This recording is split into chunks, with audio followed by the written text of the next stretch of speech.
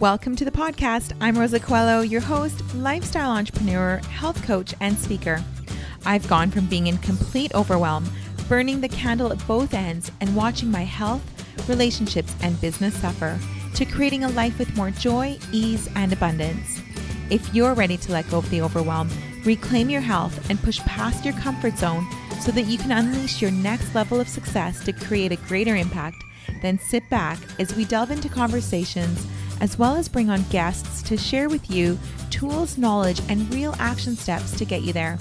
Listen in, because you never know when you may hear something that changes everything. Hello, beautiful friend, and welcome to this week's episode. I'm so thrilled to bring you this interview with Vinny Crispino of @Pain Academy on Instagram. I'm sharing his Instagram handle right off the start because I want you to know exactly how to connect with Vinny. This episode is absolutely incredible. It's one that I'm sure Vinny and I will never fully know the true impact and ripple effect that it's going to have. It's one of those where something you hear definitely has the potential to change everything. Vinny's talent is helping people get out of chronic pain, people that have been injured, that have lack of mobility. He helps them to dissolve their pain through his incredible program, which is the movement program. It teaches people the simplicity of movement so that they can create big change. What I loved about this episode is it went into areas that I had never expected. I thought we were simply going to be talking about hip mobility or shoulder mobility, and yet we got into really the emotional connection, how the two really help each other, how we are so connected to our stories, and how helping ourselves and becoming physically more mobile and in tune with our bodies, that it also helps us to connect with others. The episode is so remarkable. I don't know anyone else that is doing what Vinny is doing in terms of he really takes seriously not only the physical, but also the emotional and mental side of movement. This is a profound episode. It's one that will definitely have something for everyone.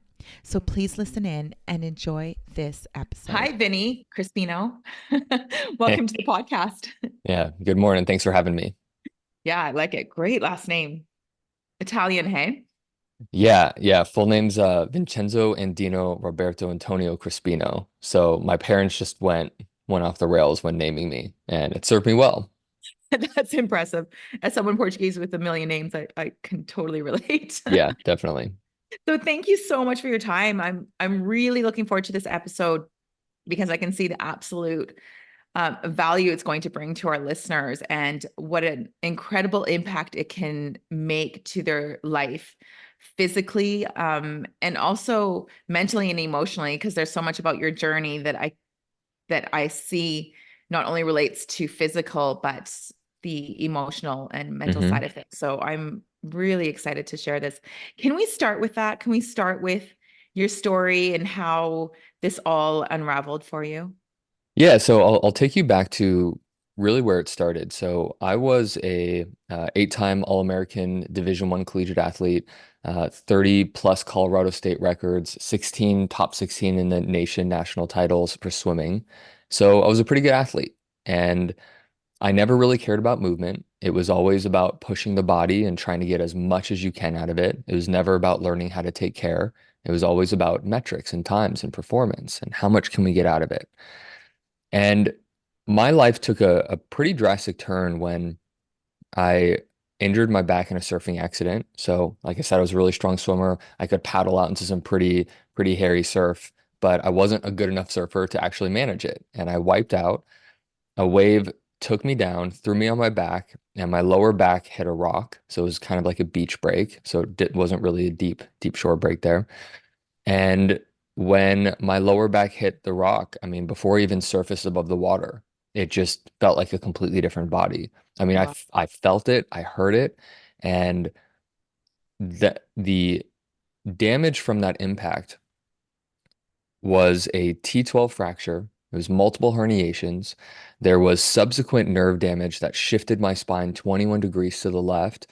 I lost sensory feedback in my left leg. So when I surfaced above the water, I was looking down and I couldn't feel my left leg. I sometimes can be dramatic, and I thought I got ripped off, but it wasn't. It was still there. And I start off with being an athlete. and then lead into this injury because like most life-changing injuries, they happen in a really short amount of time. And I went from being this guy who just didn't care about health and fitness and was just capable of pushing himself to I was radically disabled very quick. Wow. And I think my story from there is probably like a lot of other people's, which is, maybe you don't resonate or relate to breaking your back, but you get injured.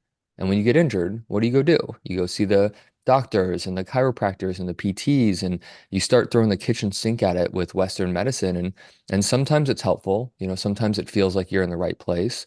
But I did that for years and years of going into debt, paying insane amounts of money for experts to help me. My herniations healed, my fractures healed, but I was getting worse. My movement was getting worse.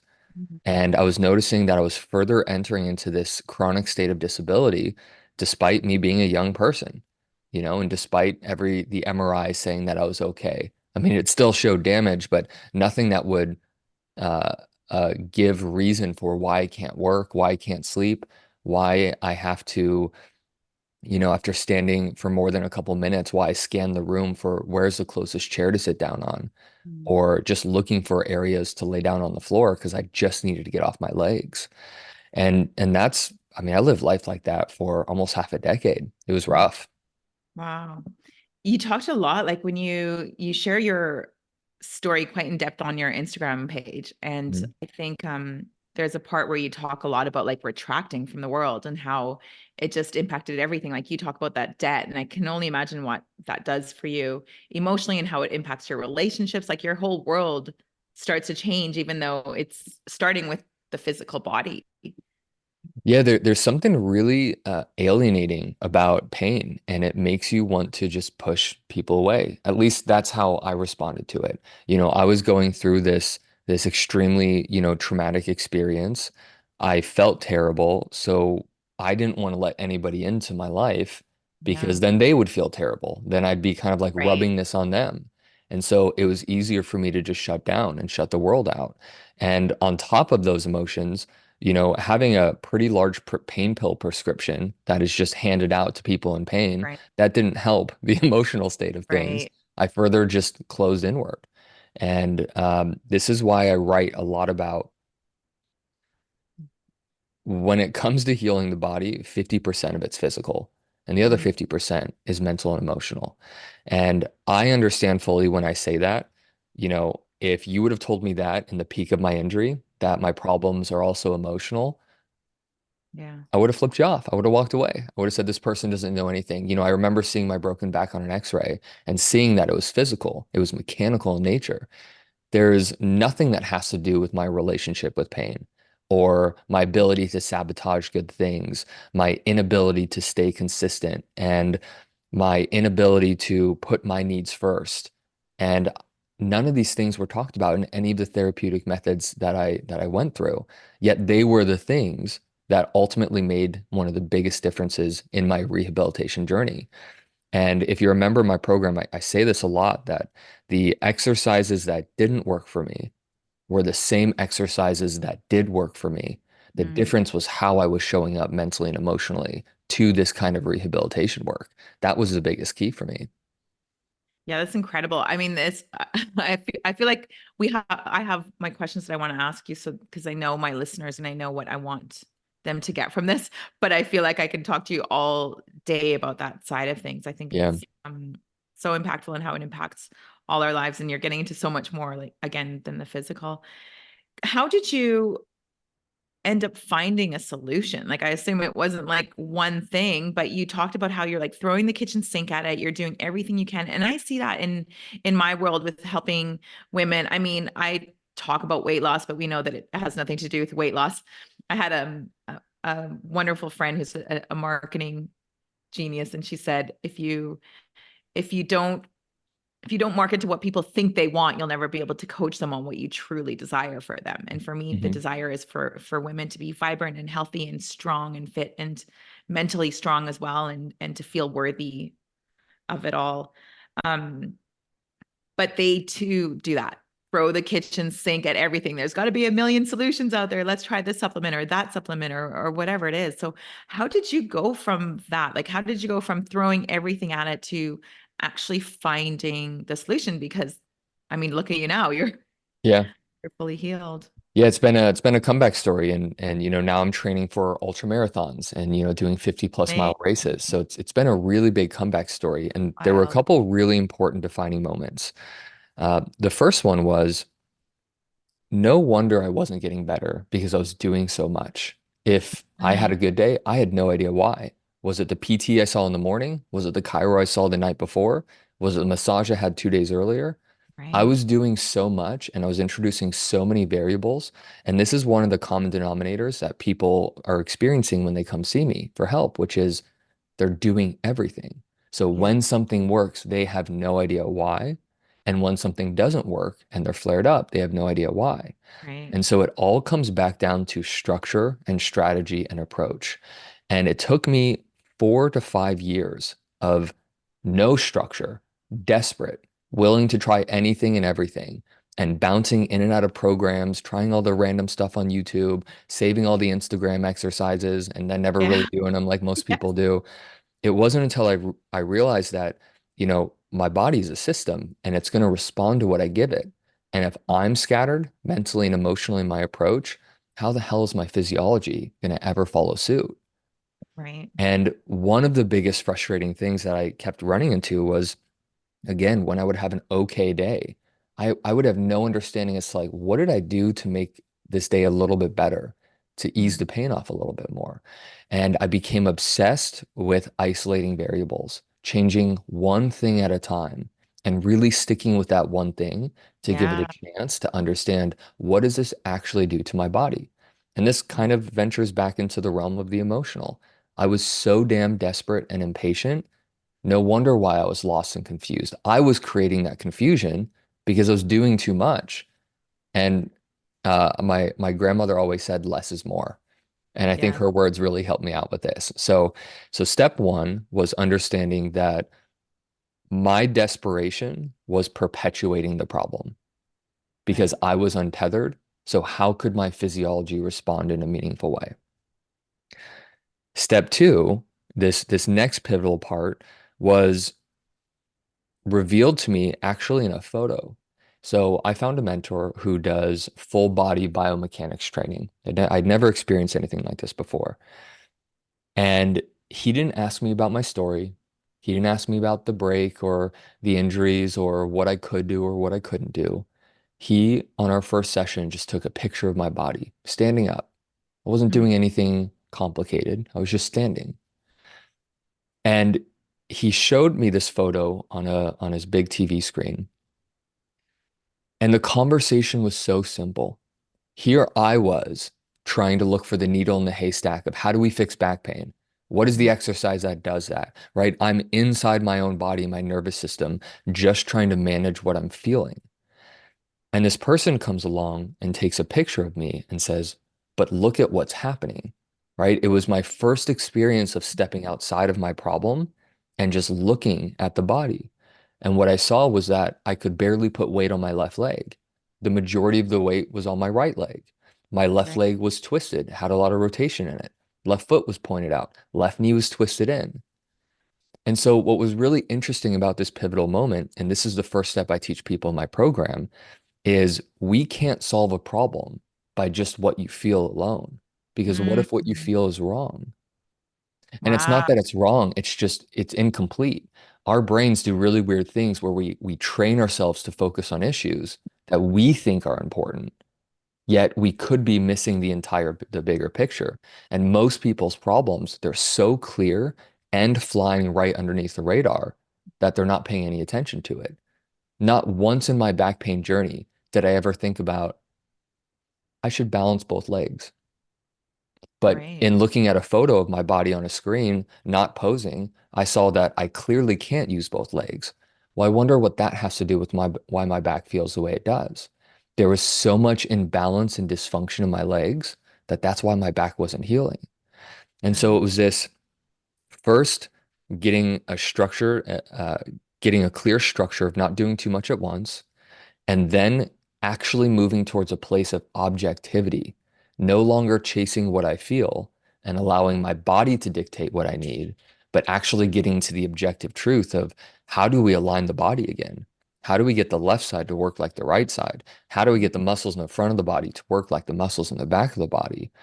And it was so simple that I almost wrote it off because, Crazy. again, pain makes you do weird things. And anybody with chronic issues will be the first to get agitated when somebody tries to minimize their problem because it needs to be Yeah. complex, right? It needs to be complicated. If they're feeling something really big internally, they've got to also find a really big solution. There must be Mhm. some crazy, expensive, intense therapy out there that's just going to fix my really Yeah. big internal problem. And this brought me to this third pivotal moment, which is make things simple. Things less is more. I mean, things Mhm. don't need to be that complicated. We just got to get the body to move like the body again. The hips need to be hips. The knees need to be knees. Ankle should support the body like an ankle should know how to do.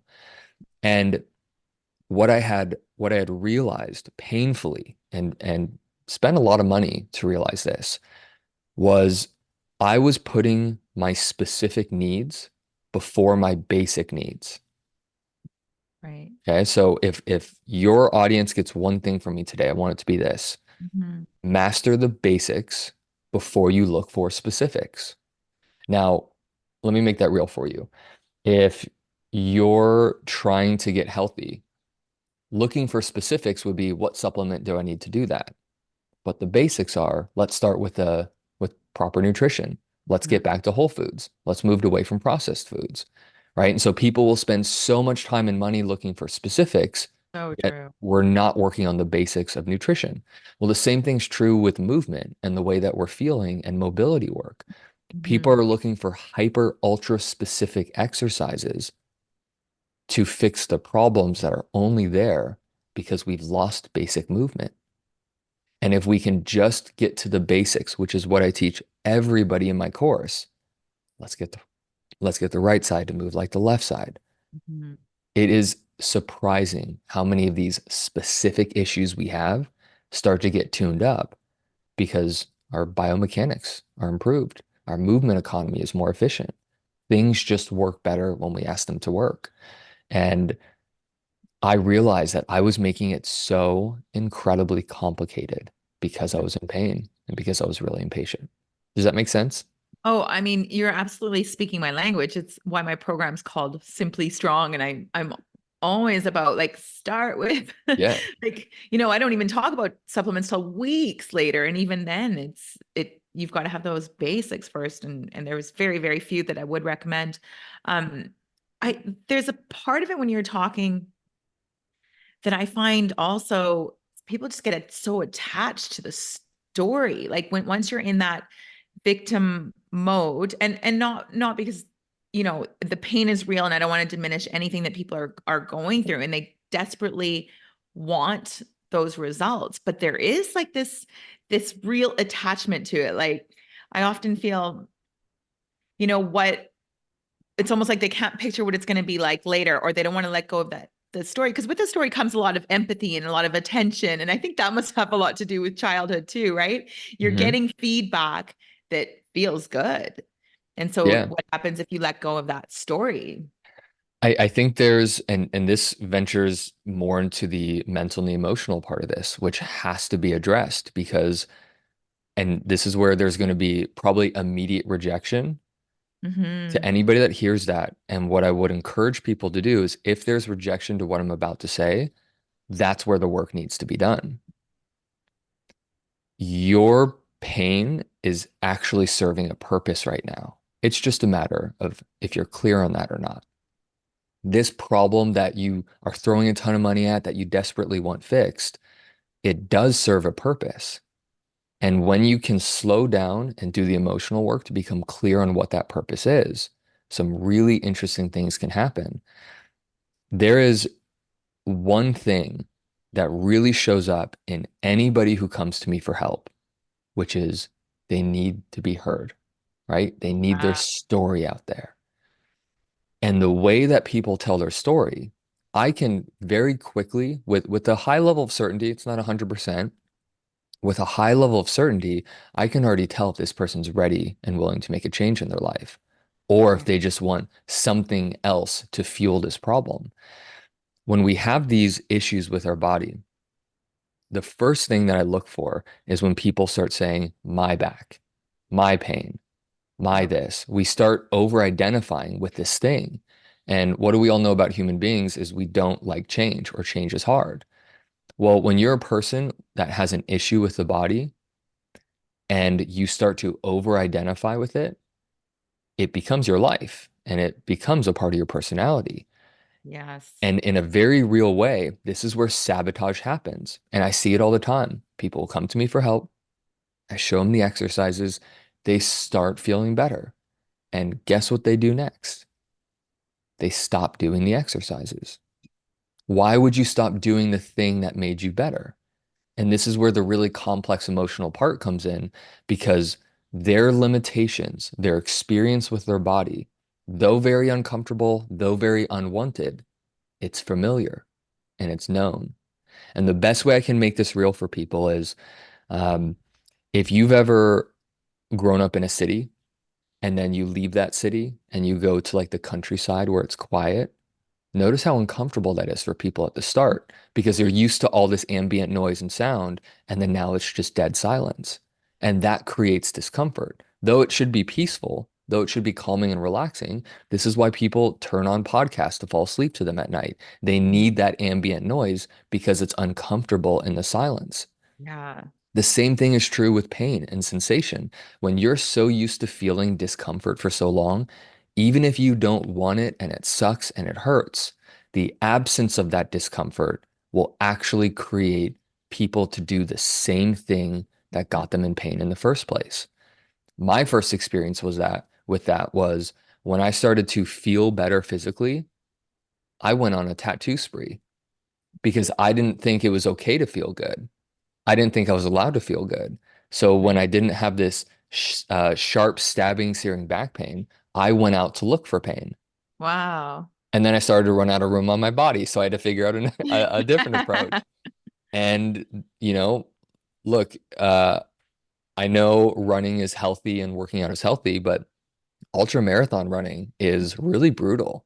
It's Yeah. really taxing and there's a lot of pain there. And that also has to do with my emotions around pain.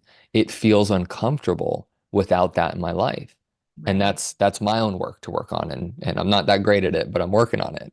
The absence of pain is uncomfortable when you've trained yourself to be so used to it being there. Much in the way like a healthy relationship Yeah. might feel boring or uncomfortable if it's not really dramatic and toxic. It's Yeah. the things that we train ourselves and get used to. And so you understanding who you are as a person and your relationship to pain and discomfort is going to be one of the most important things the journey that you go on while you're trying to solve this problem, this physical problem that you're feeling. Yeah, that's incredible. I like how you relate it to relationships too, because again, these are lessons that can spill into all areas of our life. Hmm. I talk a lot about like it's a journey, but changing your identity is a big part of whether you're going to have long-term results. Like the clients that I've have that have gotten incredible results and kept them, it's that they see themselves as a fit, as a healthy, as a strong person. So they know that they'll never really come off track again because that's now who they are. Hmm. But to It, get it there, it's a journey. Yeah, it's at the core changing your entire relationship with it. And this is why when people join my program, I've also built this 31-day meditation course to help them Oh, understand what their relationship with pain really is. When you feel it, what is the dialogue? What are the words that show up? Is it wow. kindness? Is it empathy? Is it compassion? Or is it like anger and hatred and you take it out on your body for these feelings being there? How, when pain shows up, do you parent yourself and do you practice gratitude for the things that don't hurt? Or do you focus on the thing that hurts and almost kind of, again, sabotage your body and push yourself really hard? How you show up is going to be the greatest determining factor on if you're going to heal or not, Yeah. hands down. Wow, what you offer is so unique, so unlike what I have seen out there too. really, because you see people just focusing on the physical, Hmm. or maybe just focusing on the emotional and not the physical. And the two are so connected. So I think that's just incredible that you've put those two together. That's huge. It, I mean, look, when you look at it, the word motion and emotion, there's a reason why they sound very similar because they're intrinsically connected. Yeah. So if I'm going to give people physical exercises, it's going to stir up emotions. Yeah. And one of the first steps in my program is actually teaching people how to be idle, which I know sounds weird because we want to move better. We want better squats and bending forward. We want to go do yoga and the things that bring us happiness. But we first have to learn how to down regulate the body and how to relax all of these years and layers of dysfunction and compensation that build up. And when you actually learn how to relax, it I cannot tell you how many times I get messages like, why did I start laughing hysterically in the middle of a relaxing exercise or crying or Yeah. feelings of anger or like old childhood emotions that show up unprompted? It's because we're relaxing the body and we're releasing all of these emotions that get so pent up and stored up in our tissue. So Yeah. to give somebody an exercise without also giving them the framework to mentally and emotionally navigate what shows up is like playing an instrument to half of its capacity. We might like make some music, but if we want it to sound really good, we have to approach both simultaneously. Yeah. Incredible. Um, you have me thinking about I'm just going to switch gears a tiny bit to, Hmm. um, we were talking before about hip mobility and oh gosh.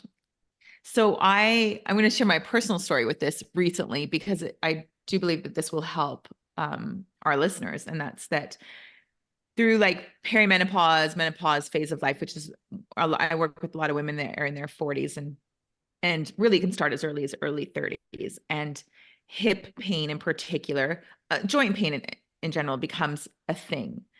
Um, and a while back ago, this was just before you and I connected on social media, I started to feel like this achy hips. And I thought, what is going on? I've never had this. And it was kind of starting to worry me a little bit because I don't want hip replacements and all the things. I want to age incredibly well. I always speak about my mom who's 84 and just almost 84 and just like in great shape. And I remember I was at a friend's, he's a physio, and I said to him, my gosh, my hips are killing me. He goes, well, put your, like while sitting down, put your ankle onto your opposite knee. And I was like, oh my, I can't, like it hurts so bad. And I didn't even realize the actual pain that I was in until I did that movement. And so from there, I went to yoga because you go to what you know. And that just didn't feel good for me. And then you and I connected, and I was like, mobility. There's a reason this is coming into my Yeah, world. And I don't believe it was just for me. And so that then I can help other women with it. And so I decided, you know what, I'm going to commit to 10 to 12 minutes of this daily of the hip mobility. 10 to 12 minutes until I can do this as a habit. I'm not doing anything else. And that was very unlike my nice. personality. That is not Yeah. me. I am like, pretty yeah.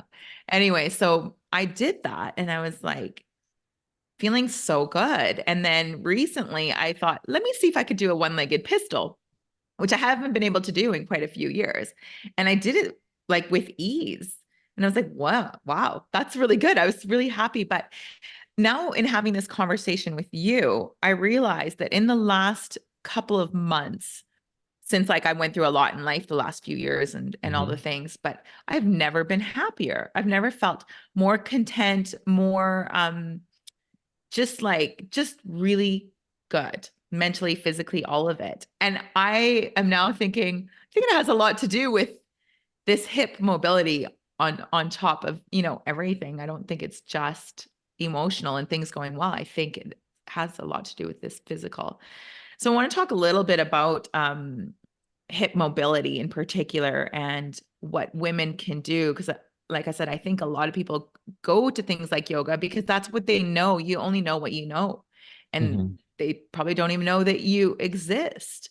Yeah. Um, at least not the ladies in my world, right? It's busy, women that are busy with families and work and all the things. And so they're not they're not like sitting there looking for solutions online.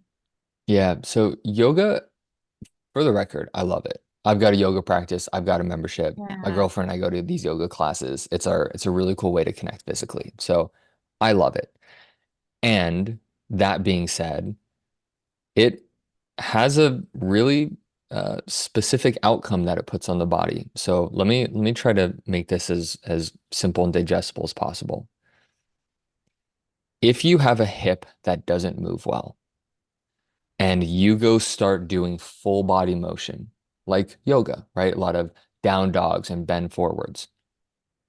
Is it going to get the hip to move? Yeah, it probably will because yoga in itself has a high level of movement. However, where most people's experience with yoga lies is they get really into yoga, they start doing it a lot, and they start to feel not so great. And then they Mhm. pull back from it and they let their body stiffen up again. And then they get tight and get pulled right back into yoga practice. Yeah. Yoga loosens it up and feels good for a while. And then things start to feel not great. And then they have to pull away. Well, why pull away from something that should be inherently good for us? Well, it's because of how yoga is structured as a movement modality. If your hip doesn't move well, you're not just going to move in the path, you're going to move in the path of least resistance. So if you have a tight hip and you go to bend forward, you're probably going to bend the knee and you're probably going to move more through the spine because you're going to move through the other areas that you can move more through. That's called compensation. So if you have tight hips, if the hip doesn't move, that is in basically the essence of the definition dysfunction. It is Mm, without proper movement. So if you have a hip that does not move properly or does not move well, and you just go start throwing a lot of movement at the body, you are probably going to find ways to move more through the shoulders and the spine and the knees and the ankles rather than that dysfunctional hip joint. And this mm, is probably why at the start yoga feels good because you're getting the blood flow and you're getting that tissue lengthened and worked and it feels like you're rejuvenating and you are. But yoga is not designed to inherently fix movement dysfunction.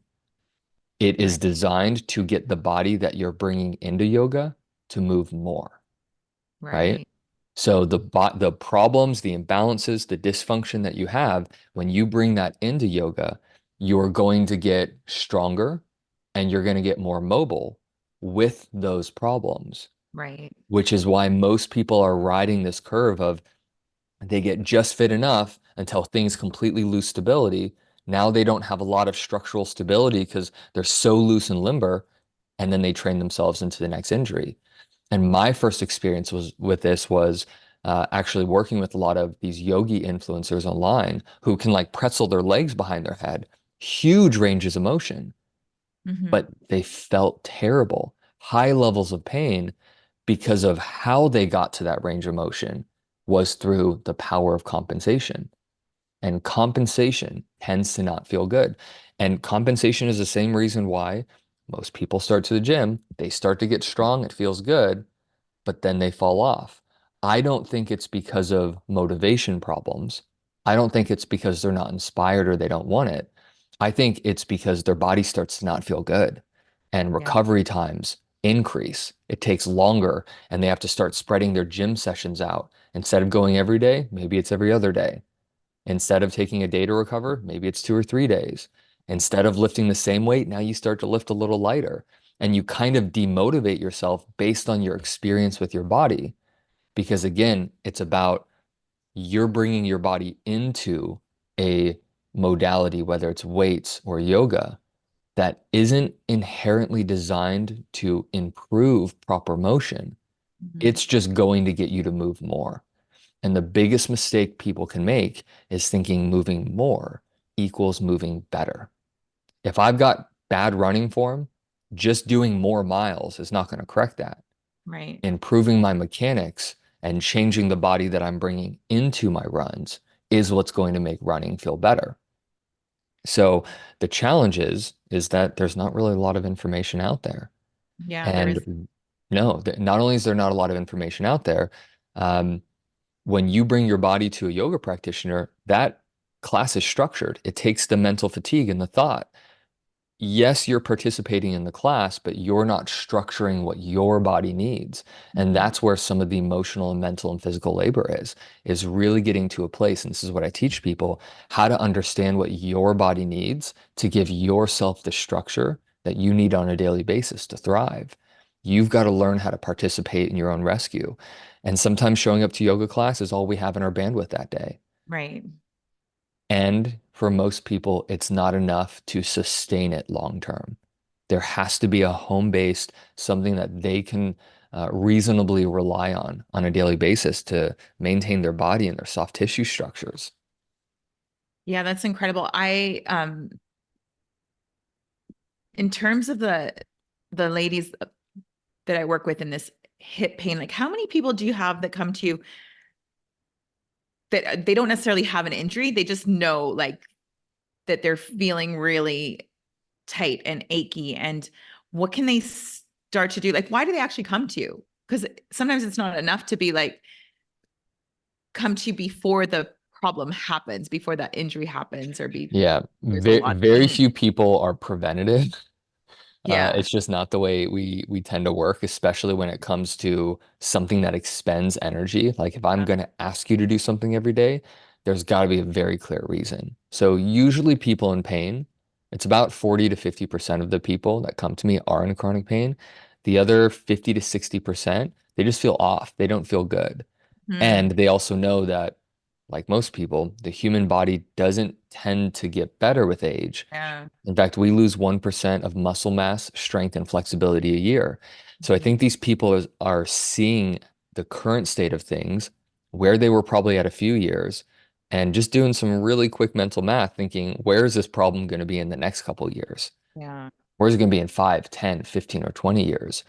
And so I think people come to me because they sense that there's depth here. This Hmm. isn't a let's fix your back pain in 2 weeks kind of a thing. This isn't let's just go learn some hip mobility things. My program at a minimum takes a year to complete, and I'm giving you things to do every single day. I love that. At Yeah. at a minimum, it's a year.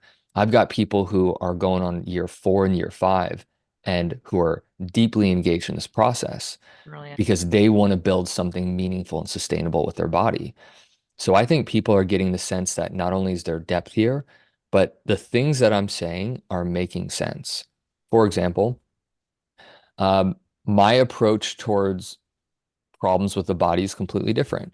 If somebody has tight hips, most people would approach most people would approach tight hips as your hips are tight. That's the problem. I Mm. approach it as that's not the problem. Your tight hips are your body's solution to Mm. something else. Oh, There's interesting. something deeper going on with your nervous system. Mm. So I don't want to attack things on the surface. There's no superficial approach with how I help people. I want to get to the underlying cause. Most issues with people's bodies are reactions. They are not the problems themselves. And most problems with the body are not problems to solve. They are problems that dissolve over time when you're on a really clear, clean, structured path. And I hope that feels like a little lighter for a lot of people who are struggling and they just don't feel good in their own body. They're trying to furiously fix and solve and look for that Yeah. needle in the haystack. It can be so much easier than that. Like literally just bringing yourself down to the ground and learning how to breathe and do really gentle, simple motions. Watch what happens over time. Even if you just get 1% better a day, those 1% add up substantially. And because I teach people about the process of change, not the outcomes of change, Mm. I've got hundreds of before and after showing the outcomes, but I'm so intimate with the process and I hold people's hands through that when there's highs, they understand why. When there's lows, they understand why. And because I'm assigning language to it, Mm. they're on board for the long haul because it finally makes sense. And I think that's why people ultimately come to me is for understanding. They're craving something deeper and they want something long-term and sustainable. Yeah, I love that. As soon as you said problems dissolve. Like even my whole system just relaxed. Yeah, because what that does, and this goes, why did you just have a physiological response to language? Because Yeah. it goes right back into how are you positioning yourself emotionally with your body? Are you looking at your body as the problem and the things you're feeling as the problem? And how is that showing up in the tools that you're looking for? How is that showing up internally when you feel that hip or when you feel any level of discomfort? Is it you against your own nervous system? For most people, it is. Well, if we're fighting ourselves, something's going to lose. And Yeah. usually it's both of you. It's you and your physicality. You're Yeah. there's going to be friction there.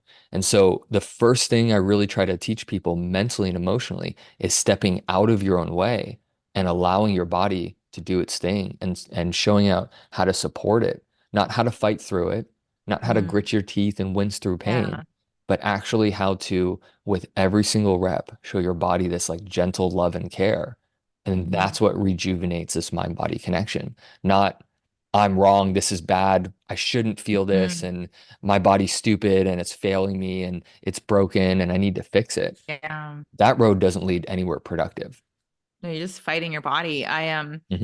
The one thing I recall when I started doing more of the exercises and mobility work is how disconnected I had been from my body because there were positions like exercises that I was the simple ones. And I was like, oh my gosh, that actually hurts quite a lot.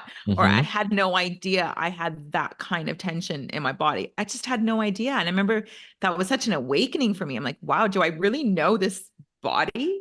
Like, how could I just, and then it makes me think of how many of us are walking through life using such a small percentage of our physical body and not being connected to any of it. It was wild. Yeah, it's wild what we train ourselves to ignore. Mm, And it's incredible what we overlook and what we actually decide to place attention on. And this is why we actually train our brains to focus on pain mhm. because we don't know how to listen really otherwise.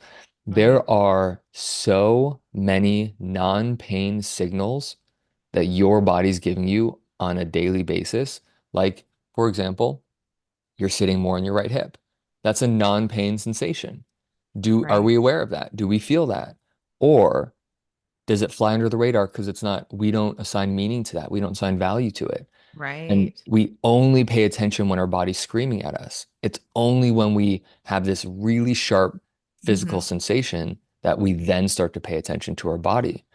And this is also one of the things I help people do, which is get back into this proprioceptive awareness of, yes, you've got a problem. I know you're trying to focus. You're here for a specific outcome, but what the hell is going on in your body right now?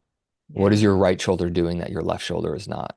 What about your ankle and your knee and your hip? And what does that have to do with why you're feeling?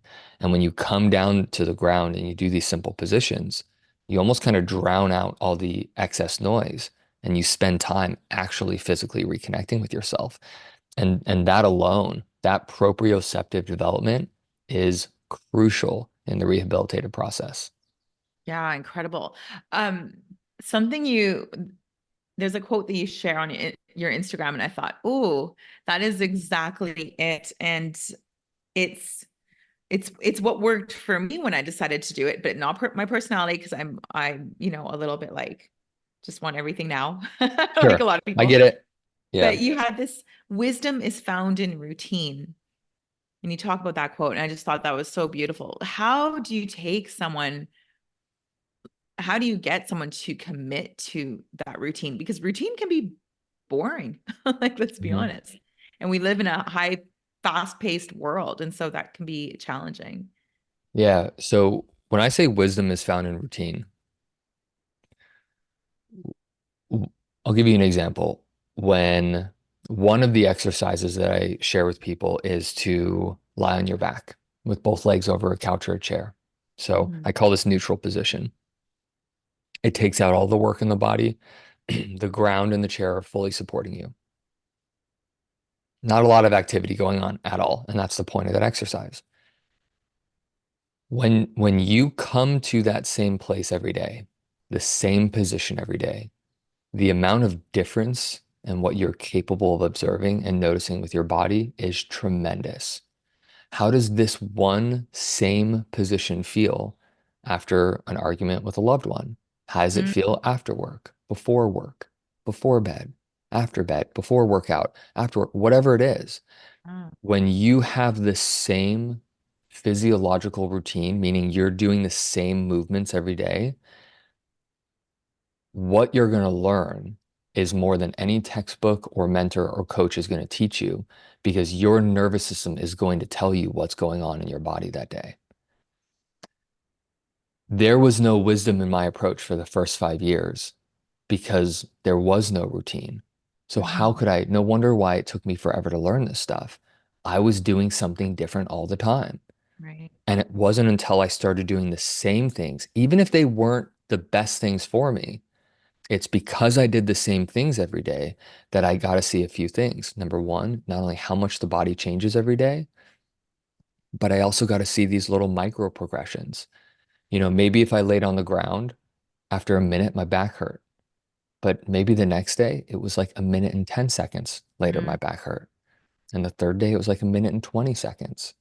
Now, that's not a miracle. I'm not cured, not fixed, but there's wisdom happening here that, mm, oh, there's a trajectory of feeling better.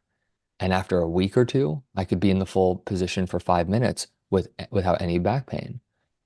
And I never would have realized these little micro changes that happen on a daily basis that lead to the macro changes, right? We want the big, we want the huge yeah, changes. We want the big bang, the spontaneous healing, but that only happens along the gradual path.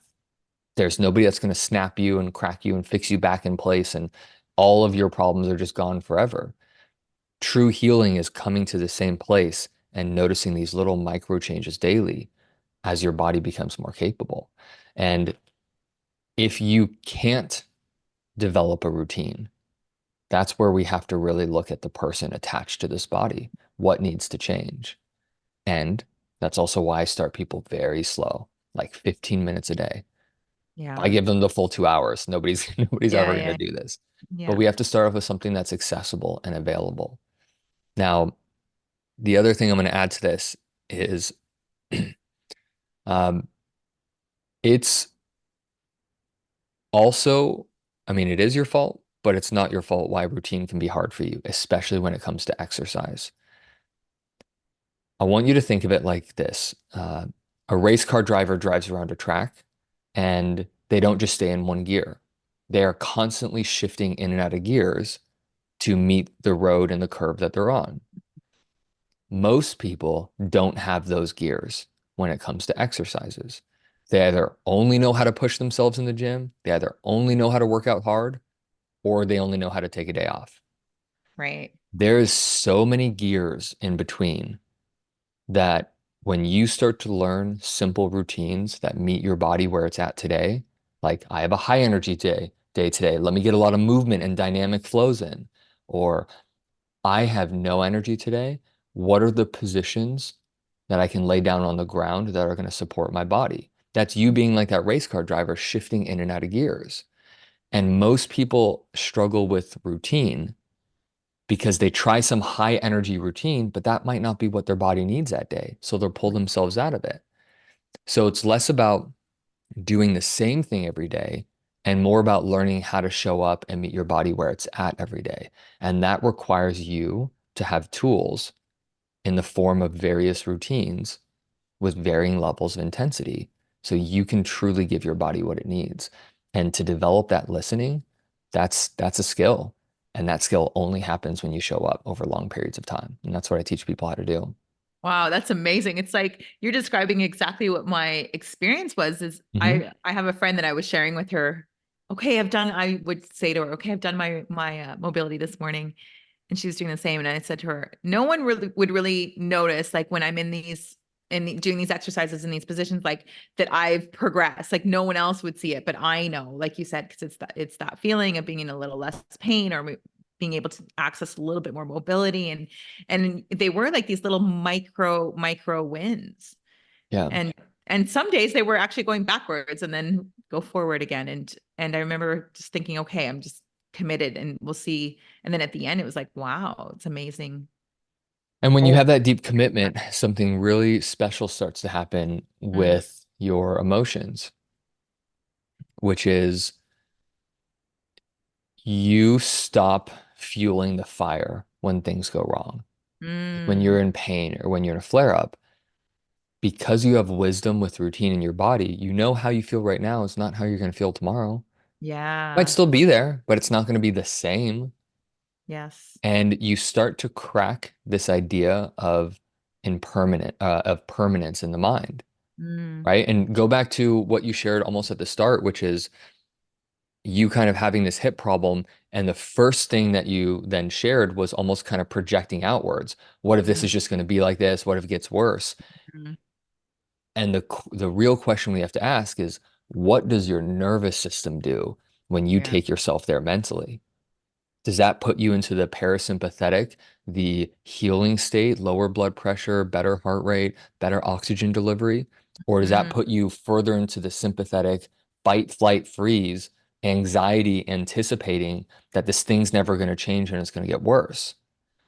But when you have a practice where you see micro changes daily and you inherently learn the wisdom of that, your body can go through hell and you know it's temporary. And yeah. that confidence relaxes that autonomic nervous system response whenever any discomfort enters the picture. Yeah. And I could see how that just makes you more resilient in life. Hell yeah. Um, we're talking about earlier, you and I were talking about living in smaller places and connecting with people. And I was sharing a little bit about where my family's from in Portugal. And I just feel like to connect with yourself, with your physical body in this way, it can only help you to better connect with others in the world as well, not just yourself. And how are we're society so desperate for connection, and yet it needs to start within first. And so many of us don't know how to access that. It's easy to say, Mhm. oh, connect with yourself. But what does that actually mean? And I believe it's through exactly what you're talking about, through a practice like this, a practice of routine and taking that time. Yeah, it's learning how to take care. And I started off this episode talking about the opposite of that. When you feel terrible, how that destroys Mm, your ability to connect. Not yeah. only because you don't want people in your world because you don't feel good, but Yeah. your relationship with your body, if you can't care for yourself, how can you care and connect with others in meaningful ways? Maybe Mm, it's temporary. Maybe you have like little windows of connection, but again, it comes back to this when you're capable of connecting with your body and your heart and your mind and your muscles and your movement every day, and that connection is open, it makes you more available to connect with other people, hands yeah. down, because you're doing the groundwork. You're coming into any connection way more open and available and aware of what your body's capable of and what's going on with it. And you understand where your emotions are felt, and you can understand because of this incredible mind-body connection, right? We're not just avoiding, numbing, suppressing, or escaping. We're actually pausing and giving our full attention on something. When you develop that intimate relationship with your physiology and your nervous system, it allows you to cope and manage other relationships 10 times easier.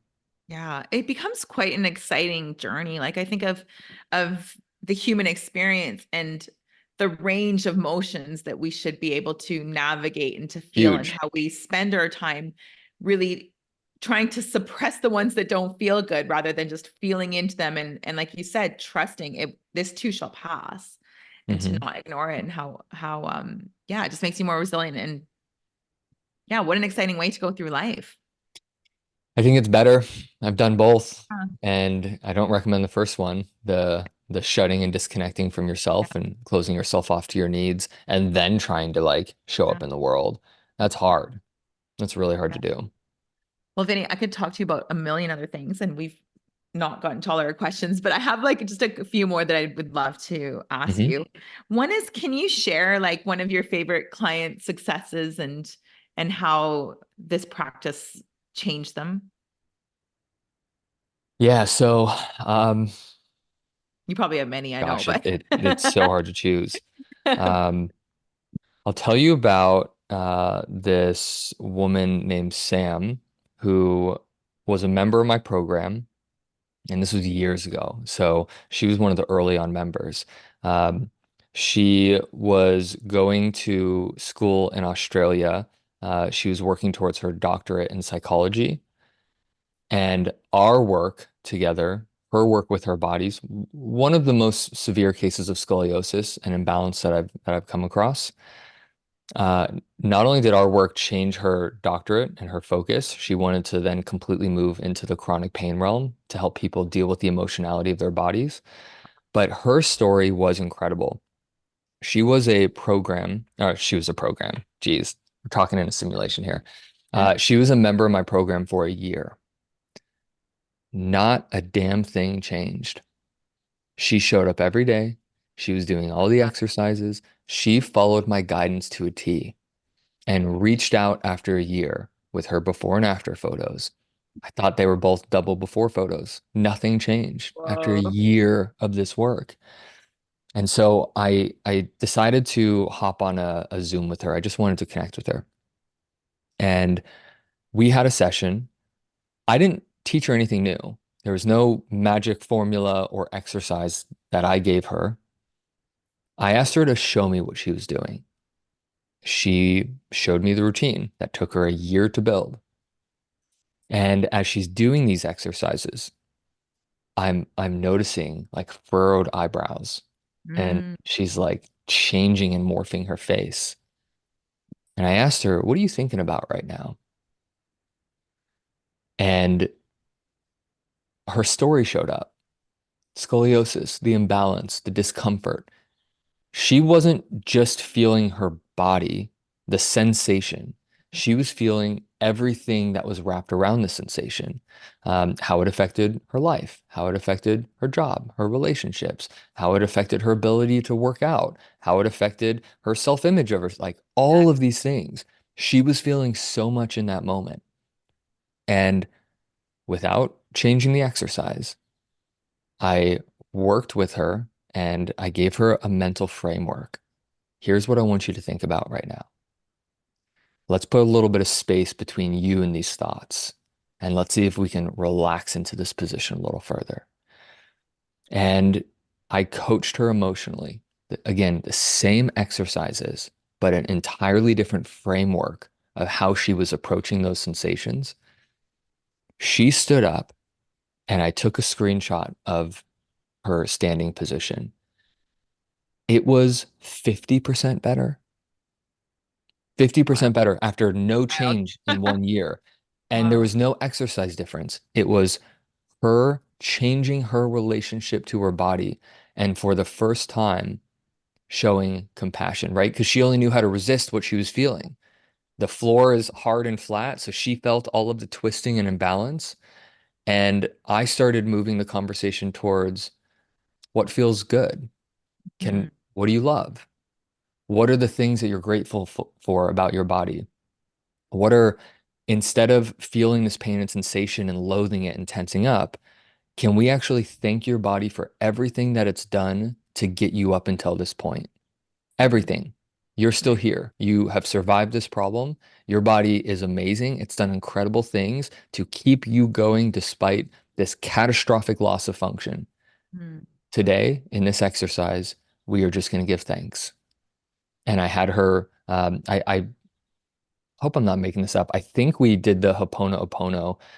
Thank you, I'm sorry, forgive me, and I love you. And I think we went over these phrases, and she started to say them to herself, and that's where the change was. wow. It was wild. That is wild. And yet, if she hadn't had that year behind her, you could have approached her with that maybe 6 months earlier and she wouldn't have been ready. Like, I just think No, everything perfect timing. no, and it goes like once I understood the biomechanics and the exercise physiology part of this equation, I had the tools. And again, Yeah. the exercises that didn't work for me were the same ones that did. The difference was the emotions. And if you would have taught me the emotions like day one, Yeah. You wouldn't have been ready. I wouldn't have been ready. Yeah. Yeah, No, because I could just hear someone listening and going, "Oh, what a waste of a year." Like if he had just done that, after the first month, or, she would have saved all that time, but that's not the journey. no. She needed to go to that same place every day, and she had to do that. There Yeah. was no way, and this is something we've talked about. There was no other way to do this. This wasn't a, oh man, I wish I had this at the start. This was like she needed to go to the ground and feel what she felt and get so familiar with that resistance and the blame and the discomfort and all of those really gross, big, nasty emotions that show up when you train yourself to resent your body. Right. She had to lean into that hard for a year and all of the frustration of not making changes to then think about it differently and have a radical breakthrough. And that's what changed her doctorate was, oh my God, the way you think Yeah. influences so Wow. much. It was really Yeah. cool to see that. That's really heavy. The resent your body, like that just feels heavy, but Hmm. incredible. Her journey is going to impact so many people. And it started with your programs. Like, yeah, I love it. I love the whole ripple effect Yeah, that's huge. when we were done with that session, she like took off her glasses at the end. She's like, "How you need to make a program about this. I'll help you out." And she Oh, did. And we worked intensively together for months of writing these meditation courses. And I would write them with what I've come to know personally. And then yeah. I would expose them to her psych background, her psych degree, and get her Cool. to really kind of think about like every word matters. So she Yeah. really helped me dial in the language. And when I released this mindset meditation program into the world, it was just the collaboration that so many people needed. Wow. So is that part of your program, or is it something it's just part of it? I give it anybody who gets my program, I give them that because they need Oh, it. that's amazing. Okay, I Yeah. have two more questions for you. And the one is like, how does someone reach out to you? How do they start to access your programs, your information? Where do they start? Yeah, best way is to just go to my website. So painacademy.net. It's going to be the easiest way to find me. And then there's going to be links. Sometimes we'll give people a free routine. Sometimes we'll have them try a week, whatever it is. Just go to the website and then I'll structure and guide you from there with what you got to do. Okay, and I'll put it in the show notes. And also like your Instagram is Pain Academy. Yep, that's another great place if you just want to start to consume years of content on there.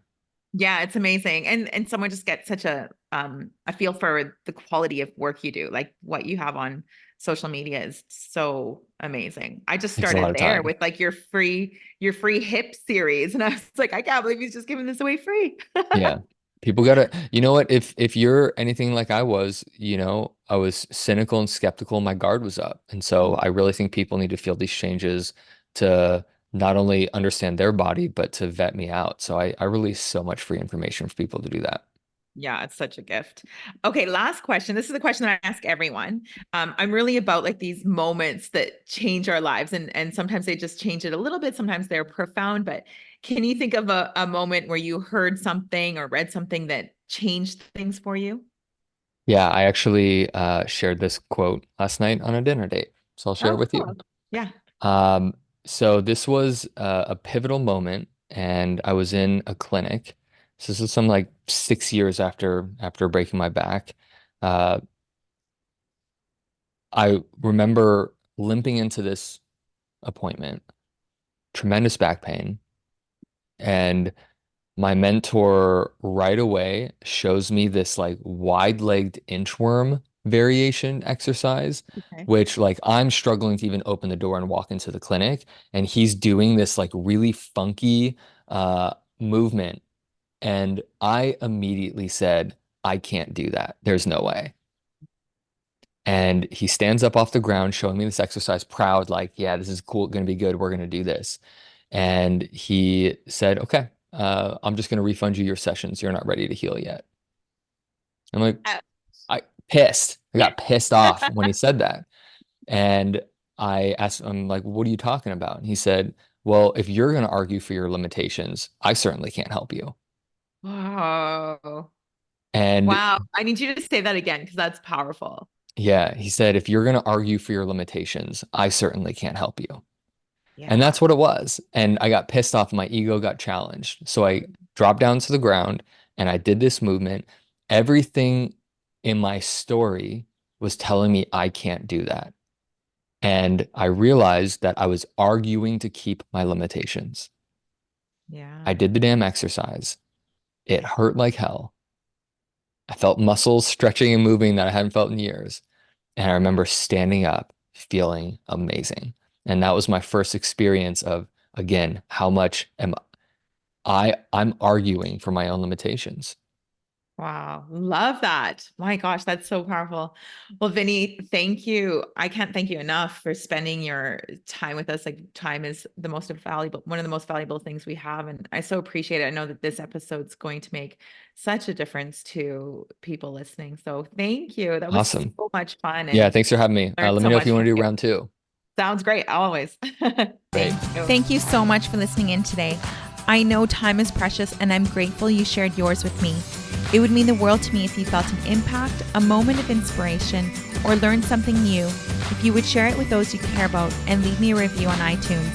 I'd love to know what spoke to you or what you'd like to hear more of. Your sharing and leaving a review would help so much on this journey to making an impact on as many people as possible.